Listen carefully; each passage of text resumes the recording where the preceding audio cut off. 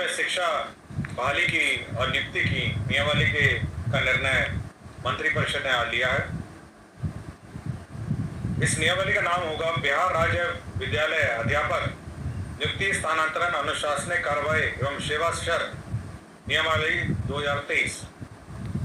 इस नियमावली के तहत अब जो भी नियुक्तियां राज्य सरकार शिक्षकों की करेगी वह अब राज्य कर्मी होंगे, राज्य सरकार के कर्मी होंगे। यह एक महत्वपूर्ण निर्णय है। इससे पूर्व आपको जानकारी होगी कि राज्य सरकार राज्य में पंचायत शिक्षक, पंचायत समिति शिक्षक और जिला परिषद के शिक्षक और नगर निकाय के स्थानीय निकायों के शिक्षक रहा करते थे। अब जो भी नई नियुक्ति होगी अब वो राज्य सरकार नियुक्त करेगी। राज्य सरकार नियुक्ति के लिए एक अलग परीक्षा आयोग के माध्यम से लेगी।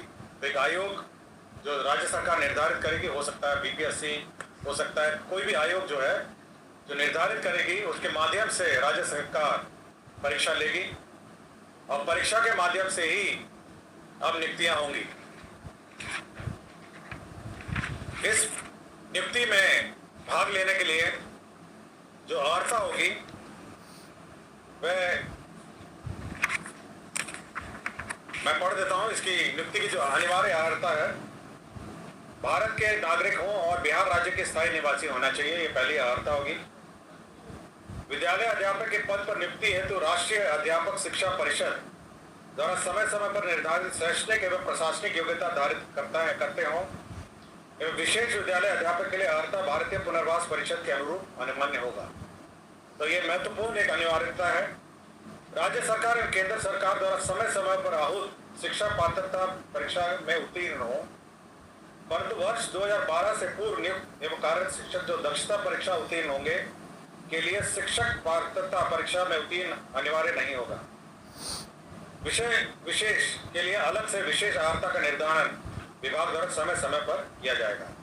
तो बिल्कुल स्पष्ट होगा कि पहले तो आपकी जो परीक्षा होगी, जो क्वालिफाइंग एग्जाम है, जो राज्य सरकार और केंद्र सरकार के लिए पहले ली जाती थी, उसके क्वालिफाई करने के बाद ही आप सरकार द्वारा जो कमीशन के माध्यम से परीक्षा होगी उसमें आप बैठ पाएंगे।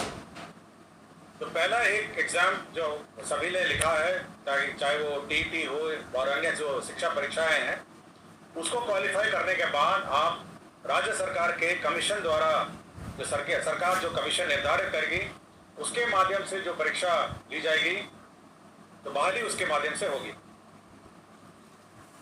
इसमें न्यूनतम आयु निर्धारित है 21 साल और अधिकतम आयु सरकार द्वारा निर्धारित की जाएगी। जो सरकारी नौकरी में अधिकतम आयु है वह होगी, लेकिन जो 10 साल की नियुक्ति वर्ष का जो छूट होगा, इस नियमावली के प्रवृत्त होने के पश्चात नियुक्ति के प्रथम संव्यवहार में अधिकतम आयु सीमा में 10 वर्ष की छूट दे होगी। तो इसमें नियमावली में 10 वर्ष का छूट का भी प्रावधान है जो लोग पूर्व में नियुक्त होंगे। इसमें यह खासियत यह है कि इस परीक्षा में जो अभी वर्तमान में जिसको आप कहते हैं 7वें चरण या अन्य चरण जो हैं, वो लोग भी बैठेंगे, परीक्षा लिखेंगे। और साथ ही साथ जो अभी तक जो शिक्षक नियुक्ति जो गैर सरकारी शिक्षक हैं, जो सरकार के जो नगर निकाय और पंचायत स्तरीय और स्थानीय निकाय के शिक्षक हैं, वह भी इसमें बैठ पाएंगे। तो सभी प्रकार के शिक्षक जो हैं, जो अर्हता रखते हैं, वह बैठ पाएंगे। और इस नियमावली के माध्यम से अगर अर्हता रखते होंगे तो कमीशन द्वारा जो परीक्षा ली जाएगी उसमें बैठेंगे। सभी जो कैंडिडेट्स हैं जो इस परीक्षा में लिखेंगे उनको 3 मौका दिया जाएगा। तो 3 बार लिख सकेंगे और 3 मौके के बाद वह नहीं लिख सकेंगे। अभी जो नियमावली है यह नई नियुक्ति और सभी जो नियुक्ति की प्रक्रिया निर्धारित की गई और नियुक्ति की प्रक्रिया में यह बहुत स्पष्ट किया गया है कि अब राज्य सरकार जो स्थानीय निकाय के शिक्षक हैं उनकी नियुक्ति नहीं करेगी। राज्य सरकार जो भी अब शिक्षक की नियुक्ति करेगी वह सरकार द्वारा निर्धारित कमीशन के माध्यम से नियुक्ति होगा। ये बहुत स्पष्ट है। अब राज्य सरकार ने ये जो नए शिक्षक का जो प्रावधान है, जो इसकी सेवा शर्तें हैं, स्थानांतरण की प्रक्रिया, सभी प्रक्रिया है और राज्य सरकार के कर्मी होंगे, ये बहुत स्पष्ट कर दिया गया है। आज के दिन में जो हमारे स्थानीय निकायों में जो शिक्षक कार्यरत हैं यदि वे अर्हता रखते हैं वह भी इस परीक्षा में भाग ले सकते हैं और वह भी परमानेंट हो सकता है। साथ ही साथ जो नए प्रतीक्षारत जो अभी नियुक्ति की प्रतीक्षारत विभिन्न परीक्षाओं में पास किए हैं, पीईटी और अन्य जो परीक्षाएं हैं, वह भी अगर इस नियुक्ति प्रक्रिया में भाग लेना होगा तो उनको भी सरकार द्वारा निर्धारित कमीशन का जो परीक्षा है उसमें बाटक लेकर वो भी इसमें भाग ले सकते हैं। उनके उम्र की छूट है जैसे जैसे, हाँ मैंने डिटेल आपको सर्कुलेट कर देंगे। सीधा नहीं करेंगे आप, जब भी आप करना आपको परीक्षा लिखना पड़ेगा, परीक्षा में पास हो जाइएगा तो आप इस नियुक्ति नियमावली में आप शिक्षक हो जाएंगे। अभी उस पुरानी नियमावली में हम लोगों ने कोई ओपिनियन नहीं किया है। अभी जो वर्तमान में जो शिक्षक नियमावली है और शिक्षक नियुक्ति है उसी के बारे में चर्चा है।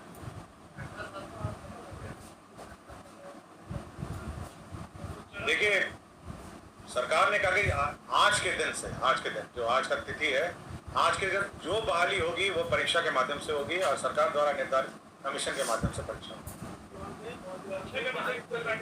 हाँ, रिजर्वेशन की बात है, सारे राज्य सरकार द्वारा निर्धारित आरक्षण रोस्टर का पालन किया जाएगा।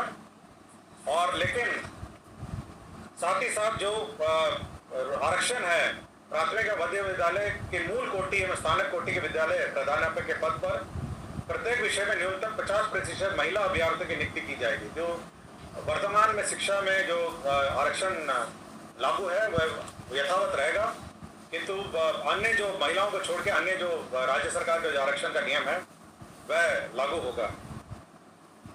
इसके साथ साथ अब सरकार के जो कानून है, सरकार के जो नियम है, सरकार का जो पेंशन है, सरकार का जो निर्धारित एनपीएस पेंशन है, ये सब लागू होगा।